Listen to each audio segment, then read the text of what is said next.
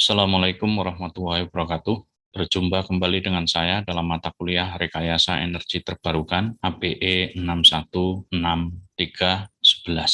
Pada video kali ini kita masih membahas mengenai biodiesel dan untuk kali ini tujuannya adalah mengetahui faktor-faktor penting dalam sintesis biodiesel dan mengetahui proses pembuatan biodiesel secara sederhana. Kita tahu bahwa biodiesel dibuat melalui satu proses atau reaksi yang dinamakan transestrifikasi, di mana trigliserida yang ada di dalam minyak nabati ditambahkan dengan 3 mol metanol dengan adanya katalis basah, misalnya adalah NaOH yang biasa digunakan, itu akan menghasilkan gliserol dan fatty acid methyl ester atau biodiesel.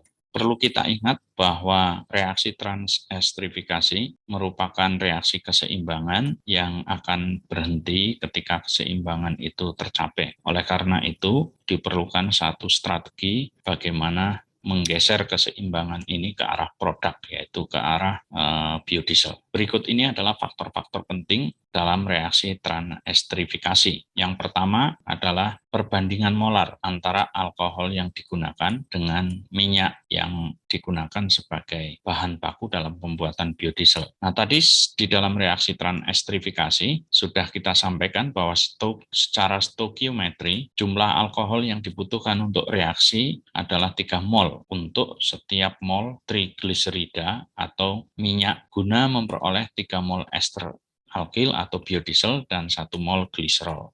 Nah, tetapi karena reaksi ini merupakan reaksi keseimbangan, maka dalam praktek digunakan alkohol berlebih supaya menggeser keseimbangan ke arah kanan atau ke arah produk. Biasanya di dalam praktek kita menggunakan alkohol hingga 6 mol, berarti kelebihan 100% dari kebutuhan secara stokiometri. Pada gambar di sebelah kiri bisa kita lihat pengaruh antara molar rasio metanol dan minyak biji bunga matahari terhadap komposisi produk dalam reaksi transestrifikasi. Kita bisa melihat bahwa pada rasio stokiometri yaitu 1:3, itu produksi biodiesel mencapai sekitar 85%. Nah, tetapi ketika rasio molar ini dinaikkan menjadi 1:6, di mana 6 mol ini adalah untuk metanol, produksinya bisa mencapai 98% dengan lama waktu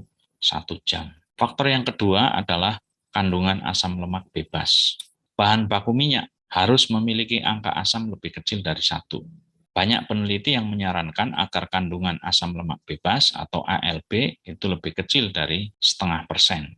Apa akibatnya jika kandungan asam lemak bebas tinggi? Jika minyak atau lemak mengandung ALB yang tinggi, maka katalis alkali akan bereaksi dengan asam lemak bebas dan membentuk sabun. Di sebelah kiri ditampilkan reaksi penyabunan dari asam oleat dan potasium hidroksida atau KOH untuk menghasilkan sabun dan air.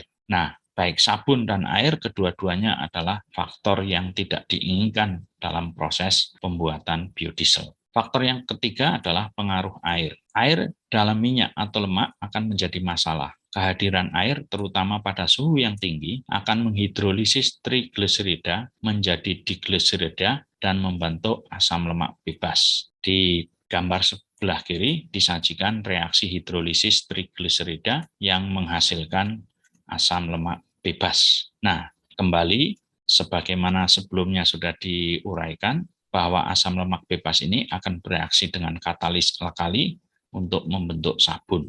Sabun cenderung mengeras pada suhu kamar, sehingga reaksi campuran dengan sabun yang berlebihan akan menjadi gel dan membentuk massa semi padat. Faktor berikutnya yang penting adalah kemurnian bahan dan reaktan. Perolehan methyl ester atau biodiesel akan lebih tinggi jika menggunakan minyak nabati yang murni. Sebagai contoh, pada kondisi yang sama, bahan baku minyak nabati mentah dapat dikonversi 67-84%. Sedangkan kalau minyak nabati itu dimurnikan lebih dahulu, maka akan menghasilkan konversi sampai 94 hingga 97%. Faktor yang kelima adalah jenis alkohol yang digunakan. Pemilihan jenis alkohol didasarkan pada pertimbangan biaya dan kinerja. Alkohol yang banyak digunakan itu adalah metanol dan etanol. Berikut ini disajikan perbandingan performance proses transestrifikasi menggunakan alkohol metanol dan etanol. Beberapa parameter yang digunakan misalnya adalah konsumsi alkohol per 1000 liter biodiesel yang dihasilkan. Kalau menggunakan metanol hanya perlu 90 kg, sedangkan menggunakan etanol mencapai 130 kg. Dari segi harga, metanol lebih murah, hanya 103 sen dolar per galon, sedangkan untuk etanol mencapai 310. Kemudian ekses alkohol yang diperlukan untuk metanol itu cukup sampai 100% saja, yaitu dengan perbandingan molar 1:6, sedangkan untuk etanol itu eksesnya bisa mencapai 650%. Suhu reaksi yang direkomendasikan untuk proses metanol juga lebih rendah, hanya 333 derajat Kelvin atau sekitar 60 derajat Celcius, sedangkan menggunakan etanol perlu sampai 358. Demikian juga waktu reaksinya untuk metanol lebih singkat karena metanol lebih reaktif dibandingkan etanol. Menggunakan metanol perlu waktu reaksi sekitar 45 menit, sedangkan etanol perlu waktu 90 menit.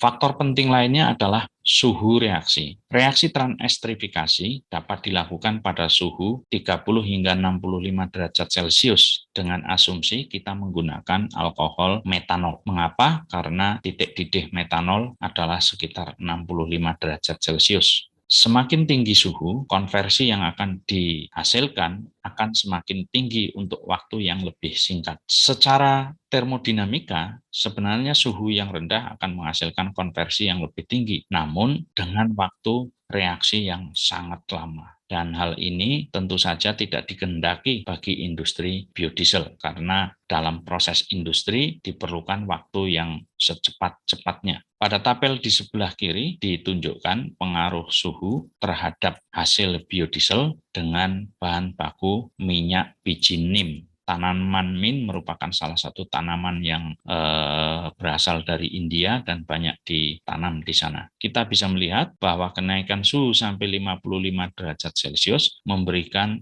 efek positif dengan hasil biodiesel mencapai 94%, tetapi kenaikan suhu lebih lanjut itu justru menurunkan produksi biodiesel. Hal ini salah satunya disebabkan karena sebagian dari metanol yang digunakan pada suhu yang tinggi itu sudah menguap, sehingga metanol berada dalam fase uap atau fase gas dan minyak berada dalam fase cair, sehingga mengurangi efektivitas reaksi. Nah, berikut ini kita sajikan resep sederhana pembuatan biodiesel dengan metanol sebagai pereaksinya. Input yang diperlukan itu adalah minyak 100 bagian, misalnya 100 liter atau 100 ml.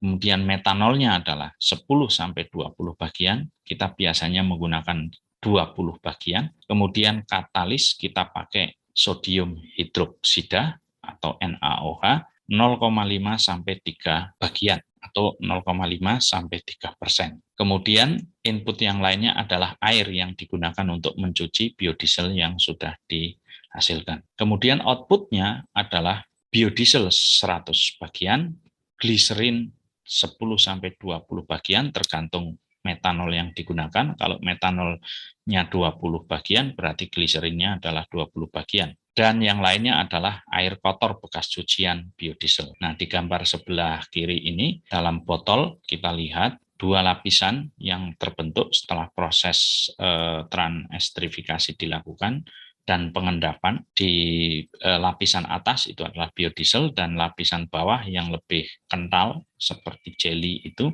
adalah gliserin. Berikut ini disajikan langkah-langkah pembuatan biodiesel dari Utah Biodiesel Supply. Pada dasarnya, skema ini menunjukkan beberapa langkah dalam proses pembuatan biodiesel. Yang pertama itu adalah penentuan katalis, kemudian yang kedua itu adalah pembuatan biodiesel itu sendiri, kemudian yang ketiga adalah pemisahan biodiesel, kemudian yang keempat adalah pencucian biodiesel, dan yang kelima adalah pengeringan hingga penyimpanan biodiesel. Tahap yang pertama adalah penentuan katalis. Penentuan katalis dilakukan dengan metode titrasi. Langkah-langkahnya adalah 1 ml minyak dicampur dengan 10 ml etanol, kemudian dikocok, kemudian tambahkan 2-3 tetes indikator PP atau indikator penoptalin, lalu dititrasi dengan menggunakan larutan NaOH 0,1 normal hingga warnanya berubah menjadi pink selama 30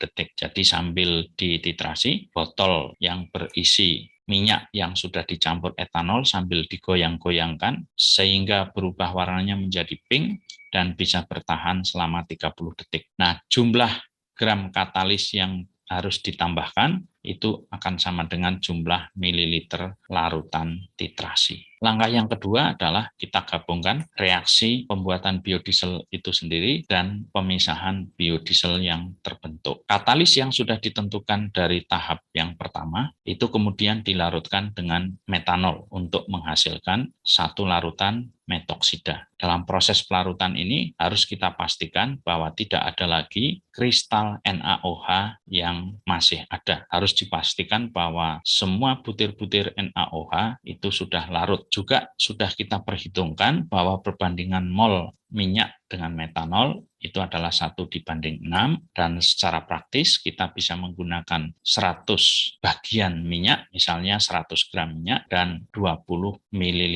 metanol. Nah, sebelumnya minyak perlu dihangatkan lebih dahulu dengan cara dipanaskan di atas api atau di atas kompor atau di atas pemanas hingga mencapai suhu sekitar 60 derajat Celcius. Usahakan jangan lebih, lalu dicampurkan dengan larutan metoksida yang sudah kita buat sebelumnya, lalu campuran ini dikocok, diaduk atau dikocok. Nah, kemudian campuran diendapkan selama beberapa jam, bisa 2 jam sampai 4 jam, tetapi kami biasanya dalam praktek sampai 1 hari 1 malam diendapkan seperti ini. Nanti akan terbentuk 2 lapisan. Lapisan di atas lebih jernih, itu adalah biodiesel, dan lapisan di bawah yang lebih kental itu adalah gliserol. Kalau kita mengendapkan larutan yang kita proses dalam transestrifikasi ini dalam satu funnel yang dilengkapi dengan tutup untuk melakukan pemisahan, itu akan lebih baik. Tetapi kalaupun tidak ada, kita bisa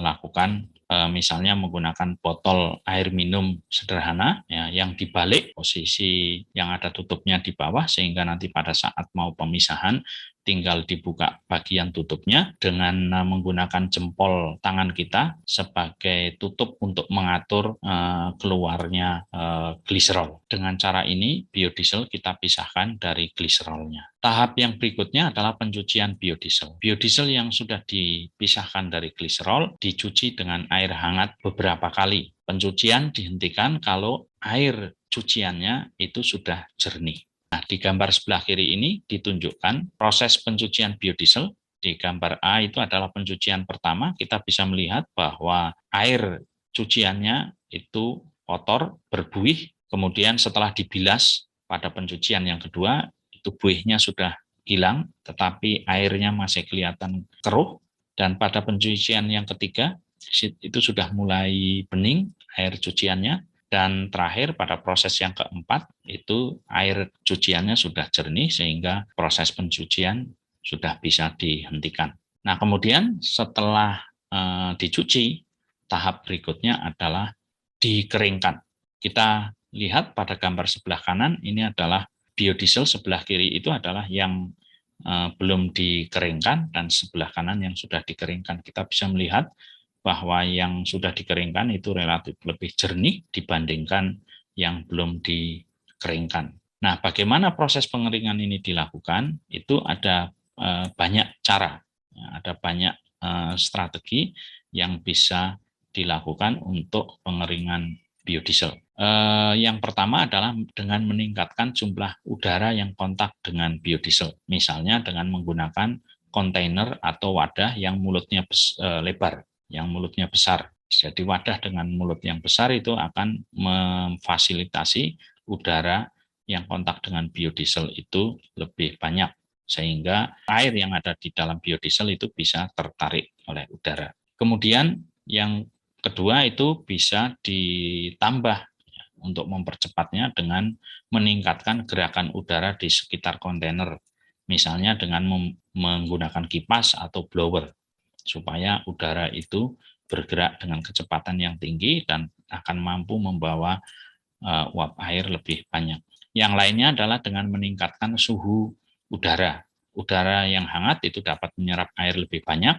Caranya misalnya adalah dengan cara memanaskan atau menghangatkan biodiesel. Jadi kalau biodiesel dihangatkan, maka udara di sekelilingnya juga akan menjadi lebih hangat sehingga mampu menarik uap air lebih banyak. Kemudian yang lainnya adalah menggunakan aerator untuk memasukkan udara ke dalam biodiesel. Nah, gelembung-gelembung udara yang akan keluar dari biodiesel itu akan membawa uap air dan ini menjadi salah satu pilihan yang bagus dilakukan. Kalau kita tidak menggunakan aerator, kita juga bisa mensirkulasikan biodiesel menggunakan pompa. Nah, diusahakan bahwa biodiesel yang disirkulasikan dan keluar dari pompa itu bisa menghasilkan satu semburan atau percikan. Semburan seperti ini misalnya dengan cara menjepit menjepit bagian ujung dari selang yang digunakan untuk melakukan sirkulasi sehingga akan terbentuk seperti nozzle dan biodiesel akan keluar dengan menyembur. Dengan semprotan seperti ini, maka biodiesel memiliki kesempatan kontak dengan udara lebih banyak sehingga air yang terkandung di dalamnya itu bisa dikeringkan secara lebih efektif. Nah, suatu teknik pembuatan biodiesel hanya akan berguna apabila produk yang dihasilkan sesuai dengan spesifikasi atau syarat mutu yang telah ditetapkan dan berlaku di daerah pemasaran biodiesel tersebut. Nah, berikut ini diberikan standar mutu biodiesel dan untuk Indonesia standar mutu biodiesel itu dicantumkan dalam SNI nomor 047182 2006.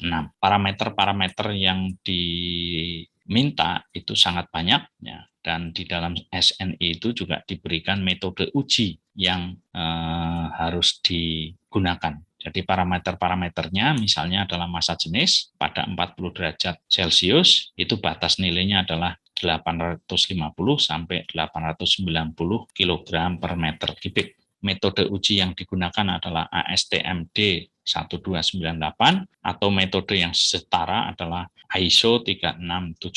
Kemudian parameter yang lainnya adalah viskositas kinematik pada 40 derajat Celcius itu 2,3 sampai 6,0 cm dengan metode ujinya ASTM D445. Kemudian angka stana itu minimal 51, titik nyala itu minimal 100 derajat Celcius, titik kabut maksimum 18 derajat Celcius, kemudian korosi tembaga itu maksimum adalah nomor 3, air dan sedimen itu maksimum 0,05. Kemudian yang lainnya masih banyak sekali parameter-parameternya bisa dilihat di dalam SNI nomor 047182 tahun 2006 tersebut. Demikianlah presentasi kami mengenai biodiesel, terutama adalah faktor-faktor yang menentukan dalam proses pembuatan biodiesel dan resep sederhana pembuatan biodiesel. Semoga bermanfaat. Terima kasih. Assalamualaikum warahmatullahi wabarakatuh.